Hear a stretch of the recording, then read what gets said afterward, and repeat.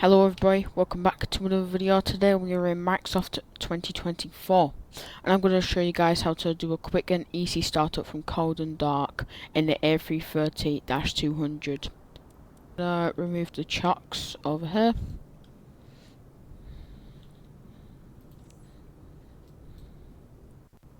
Followed by the static ports. Now we are going to take off our engine covers. Now let's do Shift C to hop into the aircraft. And here we are. Before we start anything, just get our external power, our ground power unit, and turn on all the batteries. And then we're going to set our IRS to nav, followed by our crew oxygen supply. And then we'll go down here, nav and logo lights, set them to 2, strobe lights on auto. And then seatbelt signs on, followed by no smoking signs on auto, emergency exit lights on arm, standby compass on. And now creating our flight. I usually use SimBrief, but there is other third-party resources, but the easiest one in my opinion is SimBrief, so we'll go ahead and click create a flight here. And if you haven't already, make sure to create an account. So you don't really need to fill out the airline or the flight number, it's just these things in red. So departure for me, I'm going to be doing Manchester to London Heathrow. And you can change your departure time as you wish to make it a little bit more realistic. Then the aircraft type, of course, is the AS330-200. And if you don't have to, but I'm going to change the airframe to mine, which is the Rolls-Royce. You can change as much as this one as you wish, like if you want to change it into pounds, the taxi in and out fuel, and the departure runway for me, which I'm going to choose 23 right. Then if we click at the top left, generate flight. Here we are, so everything's just got generated. The only thing that we need to do now is go on to our account settings and copy our pilot ID. Here we are now with the SimBrief pilot ID put into here. Then if we go into the dashboard, we'll click the SimBrief button, which will request our flight plan. Here it is. Now if we go into our payload, we can select SimBrief and I click apply load. And because this is a quick start, we're going to select instant. And now only what you need for this next part is just to click on the OFP. Now if we move our attention over to the MCDU, we will go into the init page, init request, and then that's init alpha page done. Now if we go to the Bravo section, we'll put the block and the ZFW balances in. And then if we go to our flight plan, we can Echo Golf Charlie Charlie, which is Manchester, our departure, which is on 23 right, via the Listo to Romeo. The list to Romeo here. Then we click insert. And then for our arrival at London Heathrow, we click arrival. Then it's 27 left via the Hon 1 Hotel arrival.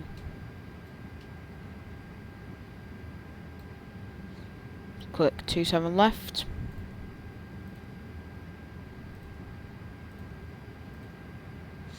And in this case, it's the Hon 2 Hotel. Sometimes it's not exact, so you have to look for something similar. But what we want to do now, if we go back to our dashboard, and we can get the QNH, or if it's an American flight, it'll be altimeter. But Q is 0993. So if we just select 0993. And same on the first officer's side.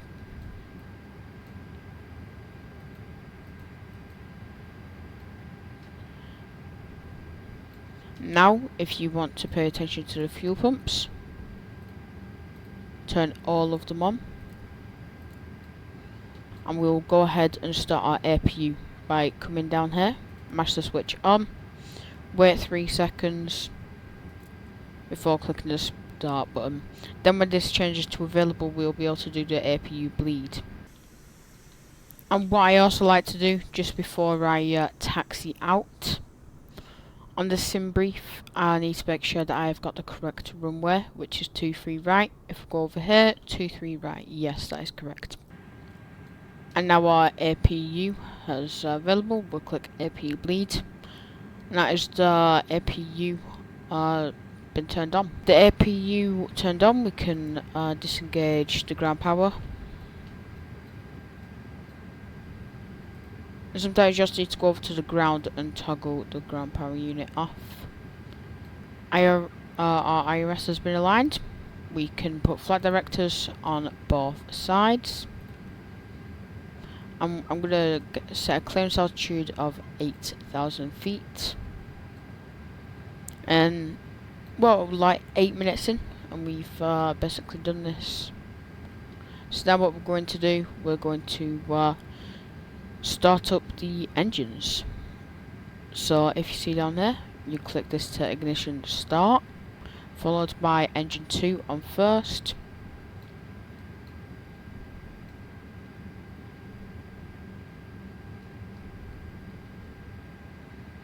And here you can monitor your engines. When this usually hits 19.7, it'll come up with a V. That means it's available and ready to use. And now we're going to request our pushback here by clicking the aft.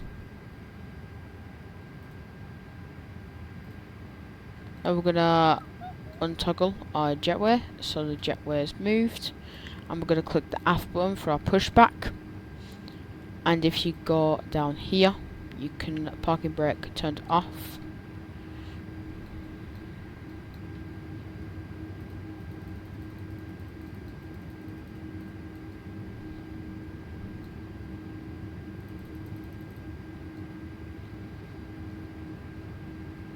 Now engine number 1 can be switched on, and here.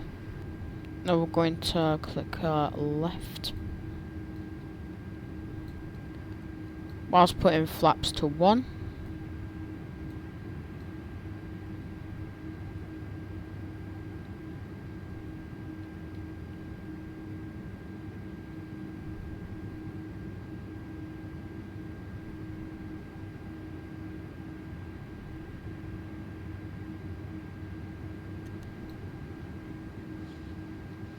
Now we have both engines fully ignited.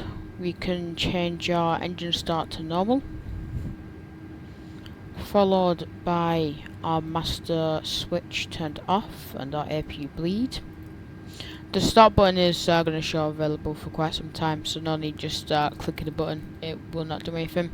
But now we can put our beacon lights on, wing lights on, and put our nose lights to taxi. Now I'm going to speed up this process where I taxi to runway 23 right.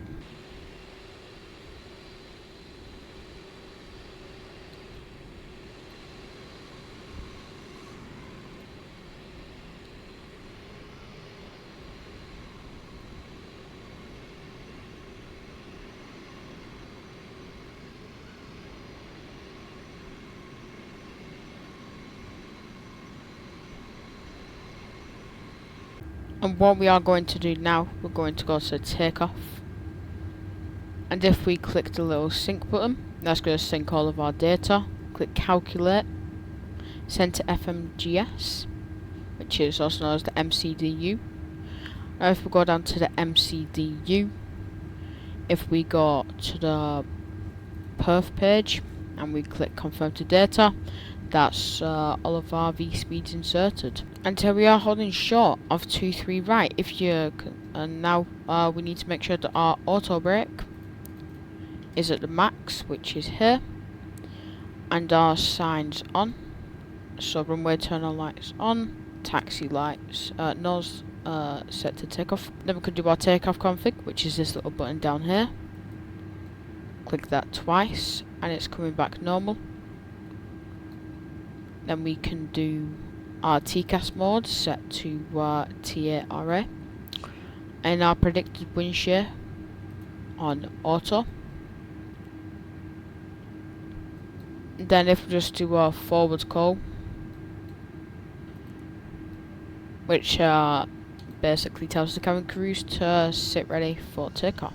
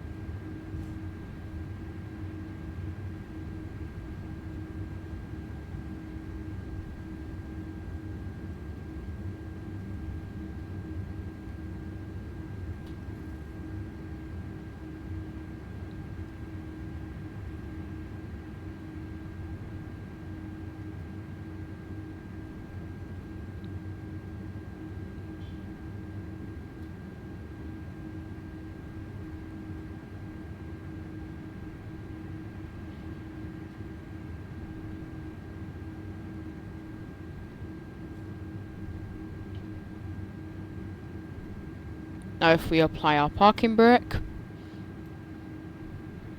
and a plane landing, wow, and we take our throttles and put them up to 50, or try to the best as you can, and then release the parking brake and put full throttle, also known as toggle the takeoff or go around position.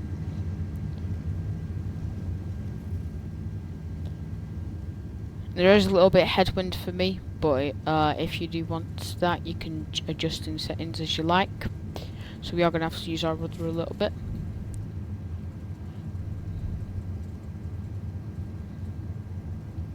Just going to pinch the nose down until 130. There we are. You're going to hear a voice automatically say V1. Don't know if you guys can hear that. And rotate. I've got a little bit of headwind here, and our gears are going to go up, and as soon as possible you need to click auto throttle and autopilot 1. At our initial altitude climb of 8,000, it's going to set it's going to put that into the system and climb us up to 8,000 feet. Then if we get our throttles and put them back into the climb position, which is marked here,